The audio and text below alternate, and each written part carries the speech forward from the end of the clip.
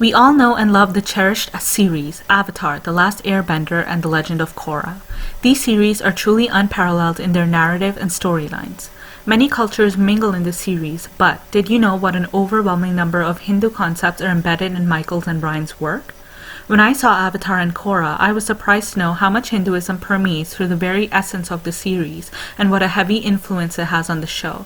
And when I visited the fandom, I was shocked to know how an overwhelming majority of people have no idea about it due to a severe lack of credit the creators gave where it's due.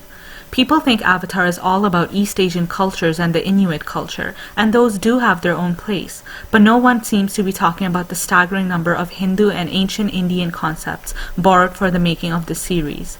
I'm here to tell you these secrets, which they really shouldn't be. Presenting to you, Hinduism and ancient Indian concepts in Avatar, The Last Airbender, and The Legend of Korra. Hinduism is the world's oldest religion, one with no founder, and one that is originally called Sanatan Dharma, which translates to eternal truth or duty. The Indian civilization has been found to be the world's most ancient civilization. In this video, Hinduism and concepts from its own sister religions will be discussed, namely Jainism, Buddhism, and Sikhism, which all originate from and thrive in India. We will begin viewing every major and minor Hindu and Indian concept contextualized, but sadly not promoted nearly as much as should have been in the great Avatar series. Agni Kai. The term Agni, actually pronounced Agni, is a Sanskrit word meaning fire. Agni Kais in the Avatar universe are fire duels. The Agni word is directly taken from the Sanskrit language to refer to the fire component of these duels. King Bhumi. The eccentric, earth-bending ancient friend of Aang, King Bhumi, gets his name directly from the Sanskrit word Bhumi, meaning earth or land. This Sanskrit-derived term is definitely befitting the earth-bending master. Forehead markings. In the Siege of the North at the end of Season 1 in the Northern Water Tribe, red paint is applied to the foreheads of the warriors about to war with the invading Fire Nation army. This is just like the red tika traditionally applied in the Hindu culture to the forehead of those going to start something new, or to warriors about to go into battle as a mark of good luck, protection, and well wishes. Guru Pathik. Guru Pathik, whom Aang meets at the end of Season 2, is a highly evolved, meditating Indian yogi or sage. The term Guru is Sanskrit for spiritual teacher, Pathik is an Indian name, and the posture he sits in is the appropriate meditation posture complete with the correct mudras, which are hand gestures formed during the meditation. Background music. The background music that plays during Guru Pathik's scenes is that of Indian instruments such as the veena and sitar. Guru Pathik's several arms. In the scene where the Guru is singing the Chakra song, he gains several arms and plays the ancient Indian instrument, the veena. This is akin to the several arms of one form of the Hindu god, the god of knowledge, Sri Saraswati, who holds and plays the veena and is the bestower of knowledge and wisdom. Chakras. Guru Pathik teaches Aang a simplified version of chakras, a solid Hindu concept of the major energy centers in the body and the flow of energy through the body. There are 7 main chakras, and unlocking each provides harmony in that area of life and spirit.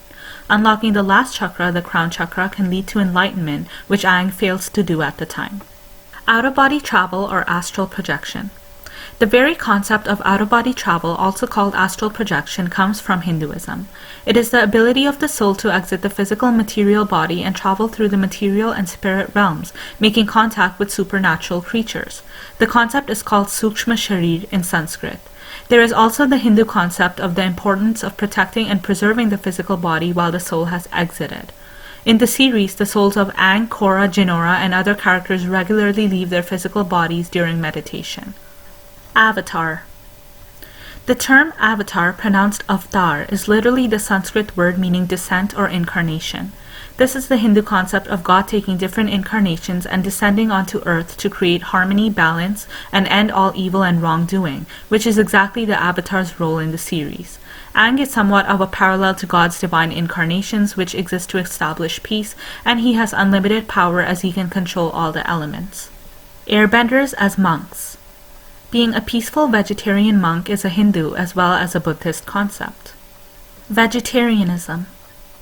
Aang and the other Airbender monks are all vegetarians. This is another concept originating in Hinduism and also preached in Buddhism and Jainism, the rejection of meat and adoption of a pure vegetarian diet. Monk clothing and malas.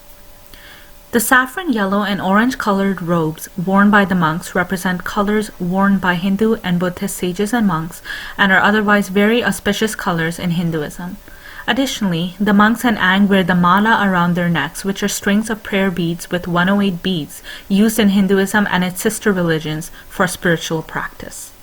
Non-violence. Non-violence is one of the fundamental concepts of Hinduism, Buddhism, and Jainism.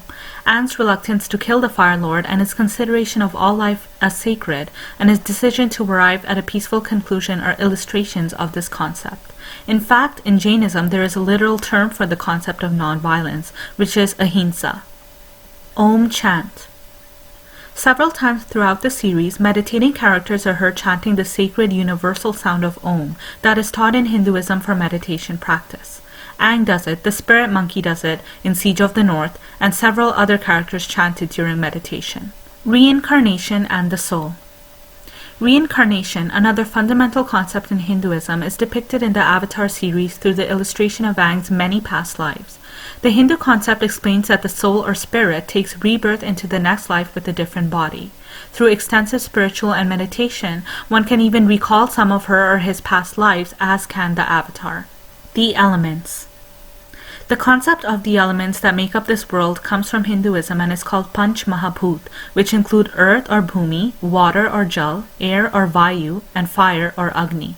The fifth one is space, which can be where energy bending occurs in the Avatar universe. Acupressure points. Ty Lee's formidable technique to disable her enemies is to aim at various acupressure points on the body. The science of acupressure points, prana or energy, and the ability to manipulate these points finds its roots in ancient India, such as in Ayurveda, the science of life, and in yoga. Martial arts. All physical combat in the Avatar universe involves expert martial arts. A lot of martial art forms primarily originated in the highly advanced ancient Indian civilization since Vedic times. When foreign travelers from around the world would visit India for higher education, they would take with them the ancient Indian knowledge of medicine and lots more. As such, through means like this, as well as through the spread of Buddhism later on, martial arts were adopted from India and somewhat modified by other Eastern cultures. Spirit manifestations. In Book 1, Siege of the North, Princess Yue becomes the moon, very much like a moon god. This concept of a demigod or deity of celestial bodies like the planets and moon is at its core a Hindu one. It is also explained in the series that the spirits of the ocean and moon stayed on earth in physical forms at the spiritual oasis of the Northern Water Tribe. Again, the manifestation of material bodies, such as of water and of celestial bodies, occurs in Hinduism. This is akin to the concept of Ma Ganga or Mother Ganges and Chandradev or the manifested deity of the moon. Princess Yue given life by the moon. Although Princess Yue is not the actual daughter of the moon spirit, she had been given life force by the moon spirit so she could live. In a way, the moon is then like a parent to her. This may be derived from the Hindu concept and history, in which Arjun from the epic Mahabharata was the son of Indra, the king of heaven, and Karn was the son of the sun in addition to having earthly parents. Toph using sound to fight. When the mighty Toph is introduced in the earthbending battle arena, she is revealed to be blind and use sound to dictate how and where she should direct her blows. This is just like the concept of Shabd Bhedi Varn from ancient Indian times, when warriors would practice for battle by blindfolding themselves and using solely sound waves or dhwani to decide where to aim their arrows, thus sharpening and heightening their battle skills extensively. Combustion Man and Third Eye. Combustion Man and Pali have a third eye, which is a Hindu concept related to the 7 chakras and enlightenment. Destruction caused by Combustion Man and Pali's third eye is akin to the destruction that can be caused if Lord Shiv, one form of the Hindu god, opens his third eye. The only difference here is that while the two Avatar universe characters are villainous, Lord Shiv only destroys evil. Moreover, the 3 horizontal stripes across Combustion Man's forehead is exactly a type of forehead marking used by Hindu priests, and Lord Shiv is also depicted as having these 3 stripes. Unlimited cosmic energy and material attachments. Guru Pathik teaches Aang that he must let go of all his material attachments in order to unlock the final ultimate chakra and gain unlimited cosmic energy. This is akin to becoming spiritually enlightened in Hinduism and Buddhism, along with the concept of forsaking worldly attachments and desires so that the soul can advance forward. Through the meditation that Guru Pathik teaches Aang, one's Kundalini Shakti becomes stronger until enlightenment is attained. Foggy Swamp and Leader's Enlightenment under the Banyan Tree. In Book 2's The Swamp, the Foggy Swamp leader said he reached enlightenment under the sacred Banyan Grove tree. This concept of the banyan tree being sacred and reaching enlightenment under it comes from Buddhism, in which Lord Buddha gained nirvana or enlightenment under a banyan tree. Sun temples and sun-worshipping warriors. Zuko and Aang encountered the sun warriors who had rituals of worshipping the sun. The very concept of respecting and worshipping the sun, the source of life, can be traced to Hinduism. In fact, the Surya Namaskar or Sun Salutation Yoga Asana is dedicated to the sun. Additionally, the compound of the sun warriors include buildings inspired by Hindu temples in India, such as the Konark Temple. Air temples. The air temples contain statues of the Avatar and all the Avatar's past lives. Since the Avatar is akin to God in the Avatar universe, the giver of justice and the one who brings balance, there being statues in the air temples could be akin to statues representing God in actual Hindu temples. Aang's connection to past lives.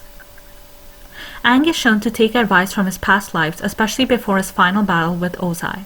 The creators have confirmed that this is a parallel to the Bhagavad Gita based on the epic of Mahabharata, when the warrior Arjun takes advice from Lord Krishna, an incarnation of God during Dwapar Yuga, regarding his dharma or duty as a warrior. Both Lord Krishna and Aang's past lives provide advice on following one's appropriate duty. The White Lotus. The Order of the White Lotus is a peaceful organization in the series. In Hinduism and Buddhism, the lotus is an important motif and symbol for peace, and there may be a parallel between the two concepts. In fact, the lotus is the national flower of India. Aang's duty as Avatar.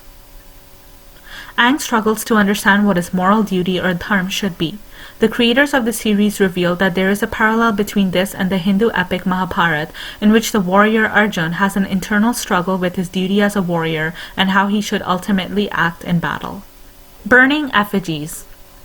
In the episode Avatar Day, huge effigies of Aang's past lives are burned down. The concept of gathering in groups for festivals and burning down effigies is a concept derived from Hinduism, in which popular festivals involve the burning down of effigies representing evil beings, such as Holika Dahan, right before Holi, the festival of colors. The only difference here is that in the series, effigies of good characters are wrongly burned down. However, the concept remains the same. Joining hands in respect. In the Avatar series, the characters join their hands and bow down in greeting or as a show of respect. This practice is an Indian one in which the hands are joined together and the person slightly dips her or his head and says namaste to show respect to the other person and in greeting.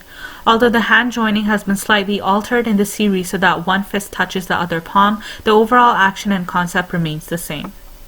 Royalty in palanquins.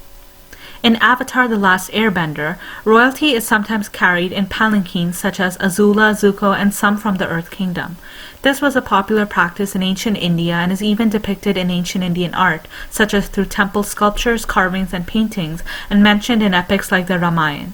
In fact, the term palanquin comes from the Sanskrit word palank, meaning couch. Guru Lahima.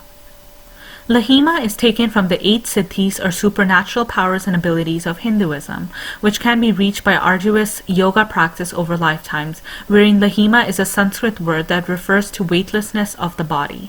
In Legend of Korra, Zahir mentions Guru Lahima several times and refers to becoming weightless and gaining the ability to fly. Harmonic convergence. The harmonic convergence in Legend of Korra is about all the planets aligning in a certain way, resulting in impact on the world. This is a parallel to Hindu astrology, where planetary alignments are said to play a big role in people's lives and worldly events. Sandalwood during Jinora ceremony. Milo is corrected that the smell of shoe trees in the temple during Jinora's tattoo ceremony is actually the scent of sandalwood. During Hindu prayers and ceremony, sandalwood is considered a sacred application on the statues of God and on people's foreheads. In fact, sandalwood is native to India and often used during spiritual rituals. Animal companions. The avatar in every birth has an animal companion. In Hinduism, each form of God has an animal vehicle or vahan. There may be a parallel between the avatar, who is akin to God in the Avatar universe, and the Hindu concept of an animal vehicle for each form or manifestation of God. Pro-bending battle arena. The outside of the pearl-bending battle arena in Legend of Korra is quite literally just like the appearance of the Golden Temple of India, a sacred temple of the Sikhs. Zaofu. The domes of Zaofu seem to be very much inspired by the Lotus Temple of India. Rohan. Pema's fourth child is named Rohan, which is an Indian name that means ascending. Kuvira. Kuvira is an Indian name that means courageous woman. Naga. Korra's animal companion is named Naga, which is also Sanskrit for snake or snake deity. Rava and Vatu. Rava and Vatu sound like very Indian words. They may possibly have been taken from Indian words and modified. In conclusion, the Avatar series is heavily influenced by predominantly Hindu and ancient Indian concepts, which have existed for tens of thousands of years in the Indian civilization. This is unfortunately a little-known fact due to the lack of enough acknowledgement by the creators. Something that could have been done better in the series was to also depict some beautiful Sanskrit inscription or writing, the mother of all languages, just as was done with Chinese letters. Since the word avatar is literally a Sanskrit one, it would have been more suitable to have Sanskrit letters appear above the word on the screen. Since Lahima is literally a siddhi described in Hinduism, the locket Zahir opened should have contained Sanskrit inscription instead of something else. Since it's too late for that, I hope this video was eye-opening for many, and if you haven't watched the show at all, please do. Thank you for watching.